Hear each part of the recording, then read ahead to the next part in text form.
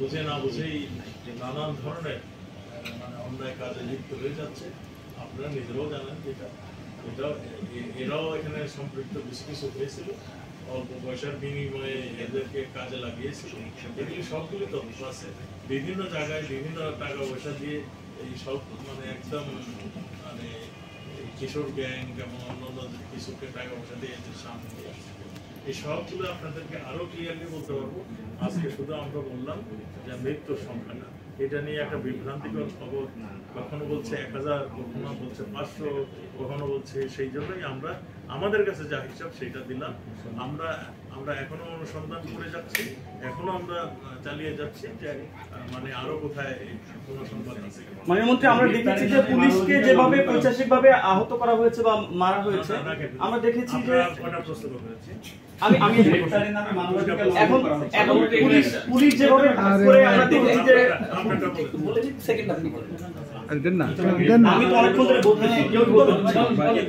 আমরা দেখেছি পুলিশকে যেভাবে আহত করা হয়েছে, মারা হয়েছে পৈশাচিক ভাবে, এবং আমরা এও দেখেছি যে পুলিশও আত্মসমর্পণ করার পরেও তাকে গুলি চালিয়েছে এবং মেরেছে। এরকম ঘটনা আমরা দেখেছি, ভিডিওতে আসছে এই বিষয়গুলো, এবং দেখেছি যে গাড়ি থেকে লাশ টেনে হিসেবে ফেলে দেওয়া হয়েছে।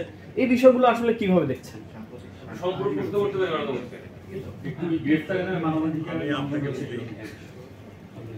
পুলিশ, আমাদের পুলিশ ট্রেনিং অযথা গুলি দেওয়া, প্রত্যেকটা গুলির হিসাবটা দিতে হবে, প্রত্যেকটা মৃত্যুর মানে হিসাব তাকে জবাব দিতে হবে।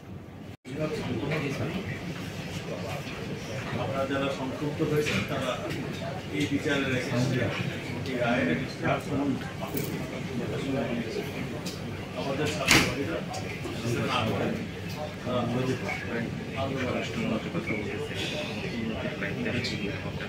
আমরা আমাদের মাননীয় প্রধানমন্ত্রী তখন এই রায়ের বিরুদ্ধে সরকার পক্ষ থেকে হাইকোর্টে আপিল করবে এবং মহামান্য আদালত প্রধান বিচারপতির নেতৃত্বে ফুল বেঞ্চ বসে এই রায়কে, ও এর আগেও কিন্তু এই রায়টা স্থগিত ঘোষণা করা হয়েছে। 7 তারিখে পূর্ণাঙ্গ রায় দেওয়া হবে, সেই পর্যন্ত 7ই আগস্ট পূর্ণাঙ্গ রায় ঘোষণা হবে, সেই জন্য অপেক্ষা করতে বলা হয়েছে। এগুলি কিছুই কিন্তু আমাদের ছাত্র ভাইরা মানেন না, মেনে তারা বৃহত্তর আন্দোলন শুরু করবে। মাননীয় প্রধানমন্ত্রী যখন আমি যেটা বললাম হাইকোর্টে আমাদের সরকার পক্ষ থেকে আপিল করা হয়, সেই আপিলও মানে একটু দ্রুততার সঙ্গে যাতে শেষ হয়, সেই জন্য আমাদের অ্যাটর্নি জেনারেল এবং আমাদের সবাই সেই জন্য মহামান্য আদালতকে রিকোয়েস্ট করলেন। মহামান্য আদালত সেই রায়ের দিনটাও আগে এগিয়ে নিয়ে এসে একটা রায় দিয়ে মানে মহামান্য বিচারপতি ফুল বেঞ্চে যে রায়টা দিলেন, সেখানে তিনি বলে দিলেন যে কোটার যেই আন্দোলন করেছে সেটা নিম্নরূপভাবে সংশোধিত সংস্কার, মুক্তিযোদ্ধাদের জন্য 5%, 1% ক্ষুদ্র নৃগোষ্ঠীর জন্য, 1% হলো ছাত্রদের নেতৃত্বে আসছে। নেতৃত্বে চলে যাওয়ার পরে যে ঘটনাটি ঘটলো, মানে চলে যাওয়ার আগেই তারা এই ছাত্রদের কাঁধে ভর করে বিভিন্ন মতাবলম্বী বিভিন্ন মানে স্বার্থন্বেষী মহল এই আন্দোলনকে কেন্দ্র করে তাদের স্বার্থ হাসিল করার জন্য তারা উঠে পড়ে থাকবে। এদেরকে দিয়ে বিভিন্ন সময় বিভিন্ন কথা বলালেন। আমরা বললাম যে আমাদের যখন কোটা সব বাতিল হয়ে গেল, তাহলে মানে আমাদের মাননীয় প্রধানমন্ত্রী সব দাবি মেনে নিলেন। তারা আরো 8টি দাবির কথা বলেছিলেন, সেটিও বলেছেন যে পর্যায়ক্রমে এগুলি সবগুলি করবেন, তিনি ব্যবস্থা নেবেন এবং সবগুলি রীতি নিয়ে যথাযোগ্য ব্যবস্থা নেবেন। যৌক্তিক দাবিগুলি অবশ্যই মেনে নেবেন।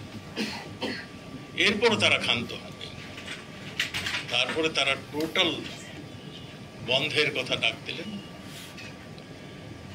আমরা কি দেখলাম? আমরা একটা ধ্বংসাত্মক মানে কর্মকাণ্ড সারা বাংলাদেশে দেখলাম। আমরা দেখলাম টিভি ভবন যেটা নাকি শত বৎসর ধরে আমাদের সংস্কৃতি আমাদের ঐতিহ্য লালন করত তাদের আর্কাইভে, এবং অনেক কিছু তারা ধারণ করেছিল, সেইগুলি পুড়িয়ে দেওয়া। আমরা দেখলাম সেতু ভবন, যেটা নাকি পদ্মা সেতু, মেট্রো রেল, এলিভেটেড এক্সপ্রেসের দলিল পত্রাদি যেখানে ছিল, যেখানে তাদের ডাটাগুলি সংরক্ষণ ছিল, সেটাকে বিনষ্ট করা হয়। আমরা দেখলাম ত্রাণ মন্ত্রণালয়, দুর্যোগ মন্ত্রণালয়ের যে অধিদপ্তরটি, আমাদের দুর্যোগ মন্ত্রণালয় কিন্তু বিশ্বের কাছে একটা মডেল ছিল এই দুর্যোগ মোকাবেলা বাংলাদেশ একটা মডেল দেশ হিসেবে পরিচিত ছিল।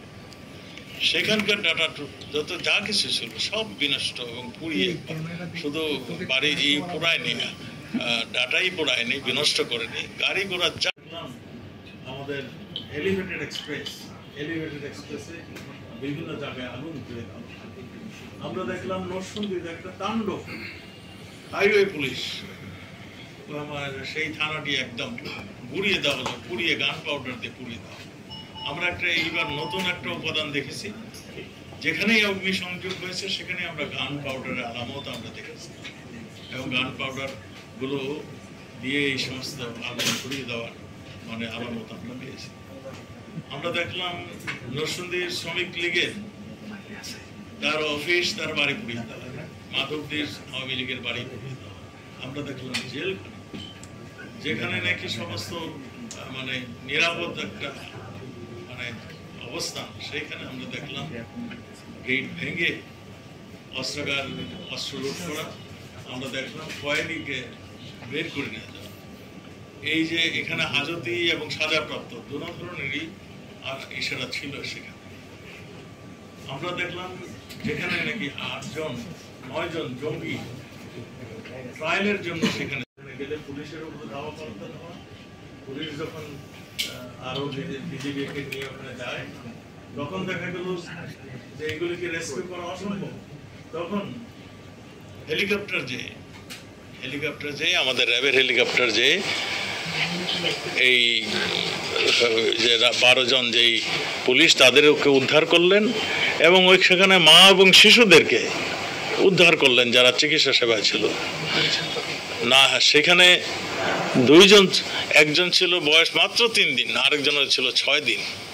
সেই শিশুদেরকেও পুলিশ সদস্যরা চরম মমতায় তাদেরকে নিজের জীবন বাজি রেখে তাদেরকে রক্ষা করেছেন। আপনারা দেখেছেন সেই নারায়ণগঞ্জে এক নারী সাংবাদিকের উপরে কি নিষ্ঠুর অত্যাচার, একটা পৈশাচিক অত্যাচার আমরা দেখলাম। আমরা এই সমস্ত লজ্জা আমরা কোথায় ঢেকে রাখবো, আমরা নিজেরাও বুঝছি না।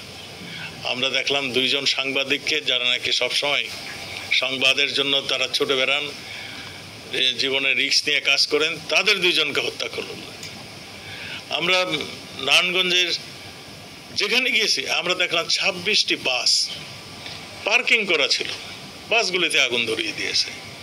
আমি কালকে ওখানে ইন্সপেকশনে যাওয়ার সময় সেখানে আমাদেরকে দেখানো হলো যে গান পাউডারের যে কৌটাগুলো, যেটা করে গান পাউডার নিয়ে আসছিল, কিছু অবশিষ্ট আছে, আমাদেরকে সেখানে দেখানো হলো। এবং